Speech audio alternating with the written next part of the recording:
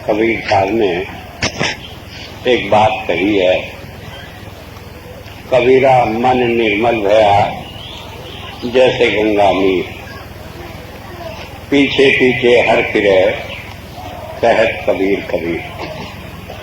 तो इस बात को समझने की है, कहा कि अगर हमारा मन पवित्र हो जाए, कैसा पवित्र, जैसे गंगा की धार होती है।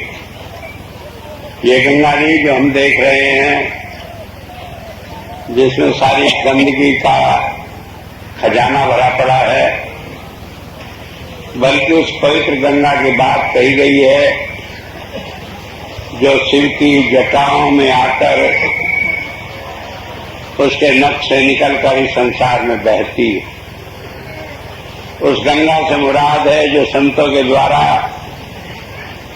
नाम की धारा इस संसार में लाई जाती है, और वो गंगा रूपी धारा हमारे सारे पापों को मिटा देती। तो कहा कि जब इस तरह की गंगा हमें मिल जाती है, मन पवित्र हो जाता है, तो क्या होता है कि परमात्मा भी ऐसे व्यक्ति के पीछे पीछे फिरता है, ये पूछता, मनुहार करता, खुशामद करता उसकी कि तुम अपनी इच्छा बताओ क्या है, मैं तुम्हारी इच्छा पूरी करूं। वैसे तो इच्छाओं का कोई अंत नहीं, लेकिन फिर उसे इस बात की परवाह नहीं होती कितनी इच्छा है उसकी। वो कहता है कि अगर कोई ऐसा जीव मिल जाए तो परमात्मा उसके पीछे पीछे फिरता है उसकी बात पूरी करने के लिए। और जब हम ऐसे जीवों की तरफ दृष्टि डालते हैं तो हम पाते हैं संतों को, महात्माओं को, साधुओं को, जिनके लिए कहा है साधु बोले सहज स्वभाव, साध का बोला वृथा न जाए, कि जो अपने मुंह से कह देता है वो बात कभी टलती नहीं। परमात्मा के नियम अलग हैं और ऐसे साधु की मौज मस्ती अलग ही। मैंने सत्संग में कई बार सुनाया कि एक बार विष्णु जी के पास नारद जी गए और वो किसी अपने भक्त की सिफारिश लेकर गए। कहने लगे उसके घर में कोई बच्चा नहीं है, आप ये बता दें कि उसके भाग में कोई बच्चा है कि नहीं। विष्णु जी के यहाँ तो हिसाब किताब तैयार था, तुरंत बता दिया कि उसके भाग में कोई बच्चा नहीं। तो नारद जी सिफारिश को आए, कहने लगे भगवान एक बच्चा उसे दे दें, वो मेरा बड़ा भक्त है। भगवान विष्णु कहने लगे नारद जी पागल हुए हो, जब उसके भाग में है ही नहीं तो कहां से दे दूं। तो चले आए लौटकर, आकर उस भक्त को बता दिया कि तुम्हारे भाग में तो भाई कोई बच्चा नहीं, मैंने विष्णु जी से सिफारिश करी, मेरी चली नहीं। तो वो कहने लगा अच्छा, जैसी परमात्मा की इच्छा। कोई दिन एक महात्मा है, उनके हाथ ठहरे, उन्होंने महात्मा जी का बड़ा स्वागत सत्कार किया। जब महात्मा जी जानने लगे तो कहने लगे बच्चा बोल, तुम्हारी कोई इच्छा हो। कहने लगे इच्छा तो कोई नहीं, परमात्मा का दिया सब कुछ है, लेकिन मेरे घर में कोई बच्चा नहीं, और मुझे इसलिए जरूरत नहीं कि मुझे अग्निमुख देगा या क्या करेगा, लेकिन मैं सोचता हूं एक बच्चा हो तो इस घर में ये परंपरा चलती रहे कि संत महात्माओं का सत्कार होता रहे। कहने लगे अच्छा। और उस फकीर की मौज आई, उसने लठिया ली और 3 लाइन खींच दी जमीन पर कि जा तेरे 3 बच्चे होंगे। कहीं ऐसा हुआ एक है, उसने ना खातिर तवज्जो की या कहीं और चक्कर में पड़ गया तो दूसरा नहीं तीसरा, तो कहा 3 होंगे। और उसके बाद एक साल के अंतर से 3 बच्चे हो गए। एक दिन नारद जी उधर से आए, कहने लगा सेठ जी ये बच्चे किसके हैं? कहने लगे आपके हैं, आपकी दया से हुए। कहने लगे नहीं, झूठी बात, मेरी दया से तो कुछ नहीं हुआ। मैंने तो विष्णु जी से ठोक बजाकर बात कर ली थी, उन्होंने बिल्कुल मना कर दिया था। ये बात क्या हुई? कहने लगे एक महात्मा आए थे, उनका प्रसाद है वो दया करके दे गए। अब नारद जी के पेट में मरोड़ हुई। कहने लगे मैं भगवान का इतना बड़ा भक्त, मेरी एक नहीं चली, अरे एक फक्कड़ बाबा 3-3 दे गए, एक एक की बात छोड़ दो। वो पहुंचे न भगवान के पास। कहने लगे उसके घर में तो 3-3 बच्चे खेल रहे हैं। कहने लगे नारद जी मैंने ही दिए, वो महात्मा ने दे दिया, उसकी मौज थी। कहने लगे तुमसे पूछा भी नहीं कि नहीं पूछा? कहने लगे 2 इस्तीफा, क्या फायदा इसे भगवान बनने से जब तुम्हारे हाथ में कुछ है ही नहीं और सारा ही काम दूसरों ने करना है, तो क्यों भगवान बने बैठे हो? अब भगवान बड़े संकट में आए, पीछा छुड़ाना नारद जी से मुश्किल हो गया। कहने लगे नारद जी मैं तो सुबह से बड़ी मुसीबत में पड़ा, और मुसीबत यह है लक्ष्मी जी के पेट में दर्द हो गया, बहुत परेशान, और उसका एक ही इलाज है कि कहीं से 1 तोला मनुष्य का मांस, जिंदे मनुष्य का निकाल कर ले आओ तो वो ठीक हो जाए। कहने के भगवान अभी लाया, घर से चल दिए, जाकर जिसके कहें कि विष्णु जी को 1 तोला मांस तुम्हारे शरीर का चाहिए। कहने लगे नारद जी चाहे सारा घर बार ले लो, लेकिन ये शरीर तो भाई कटराया नहीं जाता, देखती आंख, किसी और से ले लेना, पैसे से ले जाओ। वो सारा चक्कर काट कर पहुंच गए और विष्णु जी से कहने लगा आज ये कलयुग है, आजकल कोई सुनता नहीं। कहने लगे कहीं नहीं मिला कि कहीं नहीं मिला? कहने लगे अच्छा वो फकीर बैठा पेड़ के नीचे, उससे जाकर कहो। कहने लगे अच्छा उससे भी कह लेता हूं। वो पहुंचे उसके पास, उसने कहा कि कहाँ का मांस चाहिए? जान का चाहिए, हाथ का चाहिए, पेट का चाहिए, पीठ का चाहिए, क्योंकि अलग अलग तासीर है सब जगह के मांस की। नारद जी कहने लगे अभी पूछ कर आता हूं। कहने लगे नहीं बड़ी देर हो जाएगी, लक्ष्मी जी तरफ जाएंगी।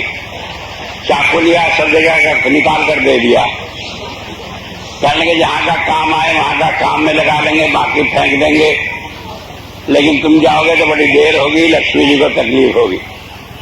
जाके उन्होंने रखा कि मिला मांस की मिल गया। कहने लगे देखो नारद जी ये फर्क, तुम सारी दुनिया में घूम आए, किसी ने नहीं दिया। कहने लगे महाराज कलयुग है, कोई सुना ही नहीं। कहने लगे तुम्हारा भी तो शरीर था, तुमने क्यों नहीं निकाल कर दे दिया? कहने लगे मैं तो भूल ही गया कि मैं अपना भी दे सकता हूं। ऐसा ही हो जाता है, दूसरे को उपदेश बड़े हैं, लेकिन अपना जब नंबर आए तो चुपचाप खिसक जाते। तो कहने लगे उसे देखो, वो मेरे पर कुर्बान है और मैं उस पर फिदा हूं, मैं उसकी बात टाल नहीं सकता। तो जब हम संतों की बात करते हैं तो हम दुनियादारों को मिलाकर न देखें। संत परमात्मा के नाम पर फिदा होते, उनकी खासियत होती है कि परमात्मा के नाम से उनसे चाहे जो करा लो, कभी पीछे नहीं हटते।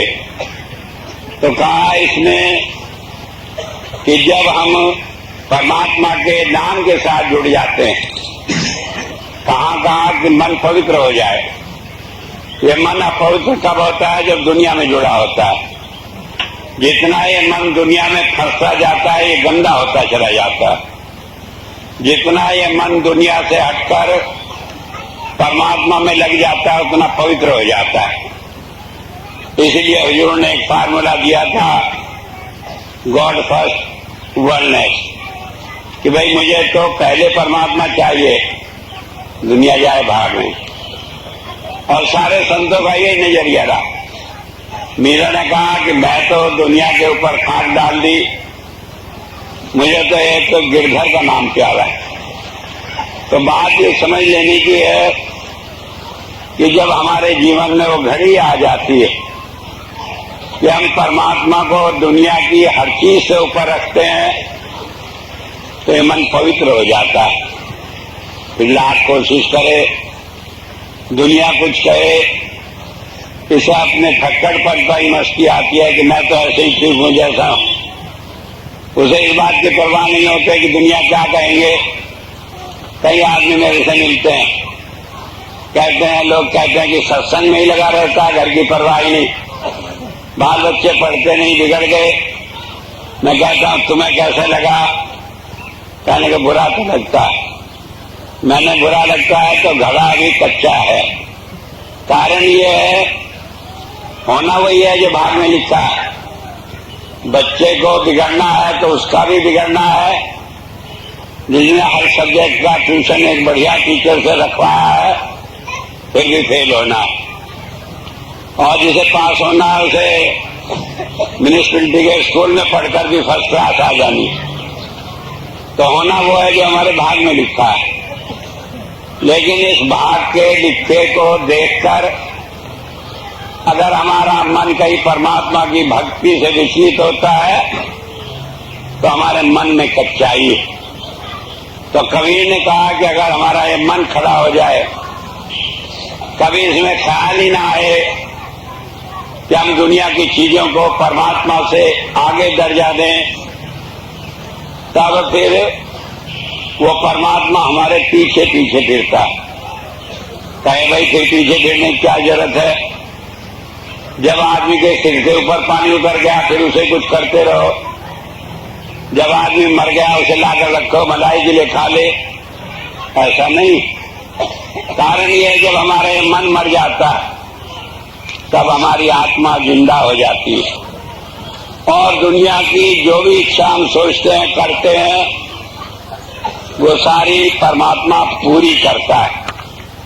और परमात्मा क्या पूरी करेगा? उसे तो अपने कामों से फुर्सत नहीं। जब मैं छोटा था तो मैंने एक बार सुना कि भगवान कहा विष्णु कि लक्ष्मी जी से पैर दबा रहे हैं, क्षीर सागर में लेटे हैं। मैंने कहा उसे इतनी फुर्सत है कि क्षीर सागर में लेटा और यहाँ दुनिया इतनी दुखी है। तो बात ये समझ लेने की है, क्यों लेटा है वो वहां कि उसने अपने कारिंदे संत को इस संसार में भेज दिया कि वो उसका काम करता है। और कैसा काम करता है? जो परमात्मा करता है ठीक उसी तरह का काम करता है और उससे अच्छा करता है। क्यों करता है अच्छा? कि परमात्मा ने कोई काम नहीं करा, आप बड़बड़ाते रहो, क्या उठता है? और संत ने कोई नहीं करा तो जाकर उसके सामने रोए गाए, 10 बात उसे सुनाए आए, कुछ तो शर्म भी आ जाएगी, ज्यादा नहीं। तो इसलिए वो डरता है कि लोग मुझे तो मुंह पर ही आकर कहेंगे और परमात्मा को कहीं भी कह लो उसे क्या फर्क पड़ेगा। तो इसलिए वो अच्छा करता है। परमात्मा आता ही मनुष्य शरीर में इसलिए कि वो जीवों को ज्यादा विश्वास दिला दे परमात्मा का। यहाँ परमात्मा से भी आप रूबरू बात करके अपनी मनवा सकते हैं और उसकी मान सकते हैं। तो बात ये समझ लेने की हम कब मनवा सकते हैं अपनी? जब हम उसकी मान ले। क्योंकि परमात्मा का वो रूप संत इस संसार में एक ही काम को आया है और वो काम है कि जो जीव इस संसार में दुखी हैं, परेशान हैं, जिन्होंने परमात्मा से पुकार की, उन्हें वो वापस परमात्मा के घर ले जाने के लिए आया है, दुखों से छुटकारा कराने के लिए आया है। तो इसलिए जब हम उससे पुकार करते हैं तो परमात्मा उस पुकार के स्वर को सुनकर हमारे भाग में लिख देता है कि जाओ तुम्हें संत का दर्शन होगा और वो तुम्हारे सारे दुखों को दूर करेगा। इसीलिए गुरबानी में कहा धुर मस्तक लिखिया पाया कि किसे मिला संत? जिसके मस्तक में, जिसके भाग में परमात्मा ने लिख दिया। अन्यथा संत आपके बराबर में रहते रहे, आपके परवाह नहीं। और जिसके भाग में लिखा है वो हजारों कोस से भी आकर संत की शरण में आकर अपने मन को उसमें लगाकर सेवा करके, भजन करके अपने काम को बना लेता है। क्योंकि जब परमात्मा ने इस आत्मा के ऊपर मोहर लगा दी इस बात की कि संत का जीव है, तो संत का और जीव का एक रिश्ता बन जाता है। फिर वो उसे ढूंढ लेता है, चाहे वो कहीं हो। जी को ढूंढे या जीव संत को ढूंढे, ये बात दूसरी है। क्योंकि हुजूर कहा करते थे कि कई बार प्यासा कुएं के पास आता है और कई बार माली पानी भरकर बूटों को पानी देने के लिए आता है। तो इसी तरह संत अपने जीवों को चाहे जिस तरह हो उस तरह अपने करीब लाता है और लाकर वो क्या करता है कि उन जीवों को संसार में जहां वो उलझे पड़े हैं, चाहे वो बाल बच्चों की चाह हो, चाहे वो धन की चाह हो, चाहे दूसरी चाह हो, चाहे हमारी आत्मा उसमें कितनी फंसी हुई हो, उन सब इच्छाओं से निकाल कर वो परमात्मा के देश तक उन्हें ले जाते हैं। तो जो संत का कहना मानता है, उसके काम में सहयोग करता है, संत उसका कहना मानते। तो ये कहा करते थे कि जीव एक कदम आगे बढ़ता है तो संत उसे 100 कदम आगे बढ़कर अपनी गोद में ले लेता है। लेकिन शर्त यह है कि पहले आप बढ़े। आपके बाद में लिखा था आपके लिए संत को प्यार हुआ, तभी सारा सिलसिला शुरू होता है। आज से 20 साल 25 साल पहले मैंने एक शब्द लिखा था तो उसमें कहा था, कृपाल मुझे अच्छे लगने लगे, पाप अपने आप कटने लगे। तो जब हमें संत अच्छा लगने लगता है, जब उससे जुड़ाव हो जाता है, जब हमारा ध्यान उसके खींच जाता है उसकी ओर, तो हमारे पापों का सिलसिला कम होना शुरू हो जाता है। तो इस बीच बात में एक रहस्य है कि संत क्यों जीवों को प्यार करता है। पहली शर्त है कि उसके मोहर लगी हुई है उस संत की, और दूसरी शर्त है कि वह संत की तरफ एक कदम बढ़ा ले, बाकी काम वो अपने आप कर लेता है। मैंने कई बार बताया, जैसे बच्चा होता है, माँ घड़ा सिर पर रखे, बच्चा जरा सा हाथ उठा लेता है, माँ उसे सहारा देकर गोद में ले लेती है। अगर नहीं वो हाथ उठाता तो रोता हुआ पीछे पीछे चला आता है, उसे कोई पूछता ही नहीं। तो बात ये समझ लेने की है, परमात्मा ने संत को बंधन में बांध कर रखा है कि वह जीवों को पुचकार कर, फुसला कर, चमत्कार दिखाकर या लोभ लालच में फंसाकर अपनी तरफ नहीं खींचेगा। एक बार जीव कह दे कि हाँ मुझे प्यार है, तो फिर काल को कह देता है जीव मेरा है, अब तुम्हारा इस पर कोई अधिकार नहीं। तो इसलिए बताया कि जब ये निश्चय कर लेते हैं कि गॉड फर्स्ट वर्ल्ड नेक्स्ट, तब वो हमारा हो जाता है और फिर हमारे सारे काम बनाता है। गुरबानी ने कहा, जितने फल मन वासले तितने सदगुर पाए, कि जितने मन कोई कल्पनाएं कर सकता है वो सारी चीजें सदगुर पूरी कर देता है। अब इससे ज्यादा क्या होगा कि एक ऐसा व्यक्ति हमारे सामने बैठा है जो कहे तुम मांगो तो सही, तुम्हारी मांग पूरी ना हो तब कहना। लेकिन मुश्किल ये हम दुनिया में देखते हैं, बातें तो किताबों में बहुत लिखी हैं, लेकिन दुनिया में ऐसा नहीं होता। हर एक कोई कहेगा अपना अनुभव कि हमने तो मांगा था, हमें तो मिला नहीं, हमने तो ये बात कही थी, हमें कह दी थी तब भी पूरी नहीं हुई, हमसे तो बड़ा पक्का यकीन दिलाया था कि तुम्हारा एक काम बन जाएगा, तब भी नहीं बना, और बनने के बजाय और बिगड़ गया। शायद उनके पास न जाते तो ऐसी बुरी हालत न होती। लेकिन एक बात ये समझ लें कि अगर संत आपकी सारी बात पूरी करता चला जाता है तो आपका मन फंसकर लालची हो जाता है और कीचड़ में, नर्क में ले जाता है। तो संत ऐसा उपाय करता है कि कोई एक इच्छा पूरी करके आगे आपके मन में दूसरी इच्छाएं पैदा ना हो। हम उस हद तक इंतजार कर ले जिस हद तक कहे कि मेरी तौबा बस इसी मांगने में थक गए, आगे दूसरी नहीं मांगेगी, क्योंकि एक मांगी, दूसरी मांगी, तीसरी मांगी, तो इसी मांगा मांगी में वही हाल हो जाएगा जो शिरडी के साईं बाबा का हुआ पड़ा कि सारी दुनिया क्या मांग के आऊंगा। एक आदमी था, गया एक बाबा जी के पास, बाबा जी खुश हो गए, कहने के बच्चा मांग ले कुछ। कहने के बाबा जी आप दे दोगे, पक्का यकीन है? कहने के हाँ दे देंगे। कहने के बस मुझे तो ये मंत्र दे दो कि अगर किसी की हड्डी देखूं तो मंत्र पढ़ दूं तो जिसकी हड्डी है वो जिंदा हो जाए। कहने के कम वक्त क्या मांगा, कोई ढंग की चीज मांगता? अरे मान लो तो मर गया तो अपनी हड्डी से अपने आप तो जिंदा करेगा नहीं, और दूसरे हो जाए तुझे फायदा क्या होगा? कहने के ना बाबा जी बस यही दे दो। तो एक बात है, हम संत के पास जाते हैं, वो कुछ दे भी देता, हमें लगता ही नहीं दे दिया। उन्होंने कहा कि अच्छा जाओ यही हो जाएगा।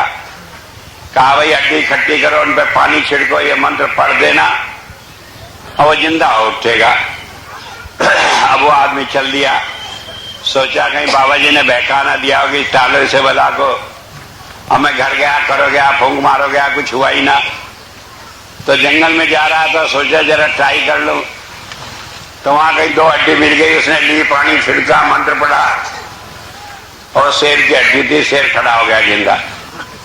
और आगे आप समझते क्या हो, उसने उसे फाड़ कर खा लिया, आदमी को मर गया। तो समझने की बात यह है कि मन वो जालिम शेर है कि जब इसे जरा भी मौका मिलता है ये जीव को नरकों में ले जाता है।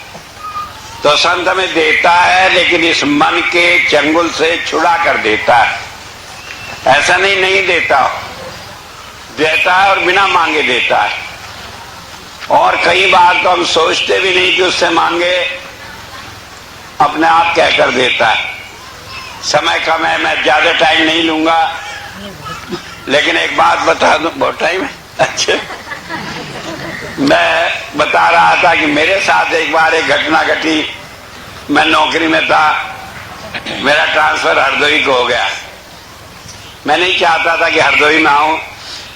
कारण ये था, मैंने पता लगाया, कहने के वहां तो सत्संग ही नहीं होता, और मुझे बीमारी थी, अगर इतवार को सत्संग न सुनो तो 6 दिन बेकार चले गए, कुछ काम नहीं कर सकता। तो मैंने कहा कैसे होगा। लखनऊ आया, बड़ी कोशिश की, इतनी कोशिशें करवाई ट्रांसफर रुकने की, लेकिन नहीं रुका।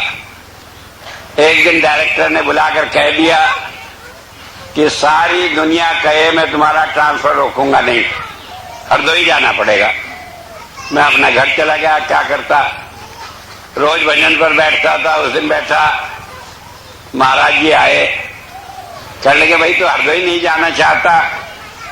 मैंने कहा आपको अभी पता नहीं लगी, मैं इतने पापड़ बेला आया वहां पढ़कर लखनऊ में, तो मैं नहीं जाना चाहता लखनऊ, हरदोई नहीं जाना चाहता। कहने का अच्छा अब चला जा डायरेक्टर के पास। मैंने कहा मैं 7 दिन तक बड़ी कोशिश कर ली, अब नहीं जाऊंगा। कहने लगे नहीं मैं कह दूंगा। अब बात समझ में आई। मैं अगले दिन फिर पहुंच गया, शामली से टिकट कटाकर जाकर डायरेक्टर के बरामदे में बैठा। उन दिनों मेरे दिमाग में कुछ फतूर सवार था, तो इतनी दाढ़ी सी बढ़ा रखी थी। कहने लगे ऐसे ही बनेंगे जैसे गुरुजी हैं। तो वहां डायरेक्टर के बरामदे में बैठा। वो आया, 10 बजे अपने दफ्तर में गया। अंदर जाकर कहने लगा ये आदमी आज फिर आ बैठा, बड़ी मुश्किल से तो टला था। मैं अंदर खबर भिजवाई, बुलाया उसने। कहने लगे क्या बात है। मैंने कहा जी और तो कोई बात नहीं, लेकिन मैं चाहता हूं कि हरदोई से मेरा ट्रांसफर कहीं और कर दें, हरदोई में नहीं जाना चाहता। कहने लगे तेरी बात मैंने 7 दिन तक सुनी, जब नहीं समझ में आई। मैंने कहा जब तो मैं अपने आप आया था, अब तो मैं किसी का भेजा हुआ आया हूं। कहने लगे जा, किसी ने भेजा होगा, मैं परवाह नहीं करता। वो भी बढ़िया ही था, मैं भी बढ़िया ही था। ऐसी बात खूब खुलकर हुई। कहने लगे जा परवाह नहीं करता। मगर नहीं करता मौज में अपना घर आ गया। धर्मशाला में, अमीनाबाद में धर्मशाला है, उसमें आकर पड़ गया। अगले दिन फिर मैं उठकर गया, बैठ गया 10 बजे जाकर वहां। जब डायरेक्टर आया अपने कमरे में, बुलाया मुझे अंदर। कहने लगे तुम हरदोई नहीं जाना चाहते? मगर नहीं जाना चाहता। कहने लगे कहाँ जाना चाहते हो? मगर सहारनपुर भेज दो, घर से पास है। कहने लगे अच्छा भी भेजता हूं। कहने लगे ये बताओ वो सरदार जी कौन था? मैंने कहा कौन सा सरदार जी? एक सरदार जी था लंबी दाढ़ी वाला, रात को आया, मुझे बड़ा डांटा, कहा कि या तो उसका ट्रांसफर कर दे और नहीं तो तुझे ठीक कर दूंगा। कहने लगे मुझे तो बड़ी दहशत लग रही है। मैंने कहा जी वो तो मेरे गुरु जी थे। कहने के कोई और मेरी बला से तेरा भी ट्रांसफर ठीक करते हैं। स्टेनर को बुलाया, ऑर्डर लिख दिया। अब जब ऑर्डर लिख दिया तो स्टेनर ने सोचा अब तो ये काम है बन गया। मुझे बुलाकर कहने लगा कि कुछ रुपए दो तो तुम्हारा काम जल्दी हो जाएगा। मैंने कहा मैं तो फक्कड़ आदमी, मेरे पास किराया भी नहीं, मैं रुपए कहां से दूंगा? और फिर जिसकी सिफारिश है उसके आगे अब मैं रुपयों से काम थोड़ी कराऊंगा। मैंने कहा भाई मेरे पास तो रुपए है नहीं, चाहे तुम ऑर्डर दो या न दो। मैं बाहर बैठ गया, उसे डायरेक्टर ने बुलाया, कहने लगे उसे ऑर्डर टाइप करके मेरे साइन करा के अभी दो और मुझे दिखा दो कि उसके दस्तखत हो गए, तभी मैं खाना खाने जाऊंगा, नहीं तो उठूंगा नहीं। और मैं जब आया उसने मुझे दे दिया ऑर्डर, मैं उन्हें धन्यवाद करने गया, चल के चला जा, बस मैं देखना नहीं चाहता। अब भाई जरा ऐसा करियो कि रात को वो मुझे आकर ना डांटे। मैंने कहा अब कहाँ को डांटेगा, लेकिन मैं कह रहा था कि मैंने एक बार भी महाराज जी से नहीं कहा, क्योंकि मैं ये कसम खाई हुई थी कि महाराज जी से किसी काम के लिए नहीं कहूंगा। अगर वो संत है, अगर वो गुरु है तो जानता है क्या मेरे मन में, अगर वो नहीं जानता तो उसे रोने गाने से क्या फायदा। कभी जिंदगी में नहीं कहा। हालांकि मेरी पत्नी थी सुशीला जी थी, उन्हें छोटी छोटी बातों की आदत थी, अगर रोटी ना खाएं तब भी कहेंगे महाराज जी रोटी नहीं मिली, लेकिन उनकी वो इसी तरह सुनते थे और मेरी इसी तरह सुनते थे, बिना कहे सारी बात सुनते थे। तो मैं आपको यही बता रहा कि जब आप उसके हो जाते, पीछे पीछे हर फिरे कहत कबीर कबीर। लेकिन एक बात ये समझ लें, कई आदमी कहेंगे कि कबीर साहब तो ऐसे ही उल्टी खोपड़ी के थे। कई लोग कबीर को कहते हैं बहुत सारी उल्टी उल्टी बातें उन्होंने कह दी। अंधा कुआं गगन में जिसमें जले चिराग, कहने लगा आसमान में भी कहीं हुआ कुआं होता है, उसमें चिराग जल रहा, कहीं कुछ कह दिया तो लोग समझ ही नहीं पाते। तो लोग समझते हैं शायद कबीर ने ये भी कोई ऐसी बात कह दी हो, लेकिन ये बात वेद में भी कही गई है। वेद में 4थे अध्याय में 17वें सूक्त में 15वें मंत्र में कहा है, 3 अक्षर है उस मंत्र में, 80 कन्या। 80 कन्या कहते हैं घरेलू नौकर। वो घरेलू नौकर जो होता है जो आपके सारे काम करता है। और कहा यजमानो, यजमान कहते हैं साधक को। आप जानते हैं यजमान जो हवन करते हैं, जब यजमान बनता है, जो साधना करता है न होता, कि संत जो है उसका घरेलू नौकर है, सारे काम करता है। घरेलू नौकर ऐसा होता है जो बड़ा ट्रेंड होता है। मुझे याद नहीं कितनों को मालूम है, नेहरू जी का एक घरेलू नौकर था, हरि उसका नाम था। तो कहते हैं कि वो नेहरू जी की सारी बातें जानता था। इस वक्त पानी पिएंगे, इस वक्त ठंडा पिएंगे, गर्म पिएंगे, और वहां जाएंगे तो कौन से कपड़े पहनेंगे। और विदेश में जब वो जाते थे तो वो वहां भी साथ जाता था। और जब कहीं दावत बड़ी बड़ी होती थी तो उसमें पहले वो पास कर देता था, तब नेहरू जी उसमें से भोजन करते थे। सारा कुछ उसी के हाथ में और सारा कुछ उसी की देखभाल में। अगर कहीं ऐसा ही काम हमारा हो जाए कि वो परमात्मा हमारी सारी संभाल करने वाला हो जाए, फिर हमें परवाह नहीं, सारे काम अपने आप ठीक होंगे। तो इसलिए वेद कहता है कि वो परमात्मा हमारा घरेलू नौकर है। लेकिन कब? सब कहेंगे हमारा तो नहीं बना, स्वामी जी आपका बन गया, हमें खबर नहीं, या क्या खबर, आप झूठ मूठ परमात्मा की बात करते हो, क्या मालूम। लेकिन वो बन जाता है। कब बन जाता है? अगर हम उसके हो जाते हैं तो वो हमारा हो जाता है। अब कोई कहे कि कैसे उसके हो, क्या पट्टा लिखें, क्या दिल चीर के दिखाएं कि हम उसके, तो उसके यहां तो एक ही शर्त है कि जब हम उसका कहना मानते हैं तो वो हमारा हो जाता है। और कहना मानना ये है कि जो उसने कह दिया हम उसमें ना नकुड़ करे बिना जैसे कहा वैसी मान ले, सोचे भी नहीं कि क्या है क्या नहीं। मैंने कई बार कहानी सुनाई सत्संग में, जब थे गुरु अमरदास जी महाराज गद्दी पर, तो उनकी बहुत सारी संगत थी, सारे आगे पीछे फिरते थे कि हुजूर कुछ हुक्म बताओ, कुछ सेवा। अब वो कहने लगे सारे इतने सत्संगी हैं, खबर नहीं इनमें कौन अच्छा कौन सच्चा कौन झूठा। एक दिन कहने लगे अच्छा सेवा बताते, हुक्म दे दिया कि जाओ सब छोटे छोटे चबूतरे बनाओ और उन पर बैठकर भजन करेंगे लोग। अब सारे चल गए, फावड़ा लिया, टोकरी लिया, जाकर बनाए। गुरु साहब देखने आए, कहने कि ये भी खराब, ये भी खराब, ये भी खराब, सब ढा दो। ढा दिए, बार बार बनवाते रहे, ढहाते रहे। 15 बार जब हो लिए, कहने लगे यहाँ की तो जमीन खराब है, दूसरी जगह चलो। कुछ जो मेरे जैसे होशियार आदमी थे, अकल वाले, वो कहने लगे गुरु साहब गुरु बन गए, नहीं यूं भी खबर नहीं यहाँ की जमीन खराब है। कहने लगे ये गुरु कुछ नहीं। दूसरी जगह गए, वहां बनवाते रहे, थोड़ी देर बाद बार बार छुड़वाए, कहने लगे यहाँ की मिट्टी खराब है। अब एक आदमी कहने लगा गुरु साहब की तो अक्ल सच्ची आ गई, 60 से ऊपर हो गए, अब इनमें कई समझ ही नहीं, कभी मिट्टी खराब है कभी जमीन खराब है। तो सारे आदमी छोड़कर चले गए, एक आदमी रह गया। वो उसके पास पहुंचा, कहने के भाई क्यों चक्कर में पड़ा, इनकी तो 60 से ऊपर उम्र होली, इन्हें कुछ समझ नहीं, सठिया गई।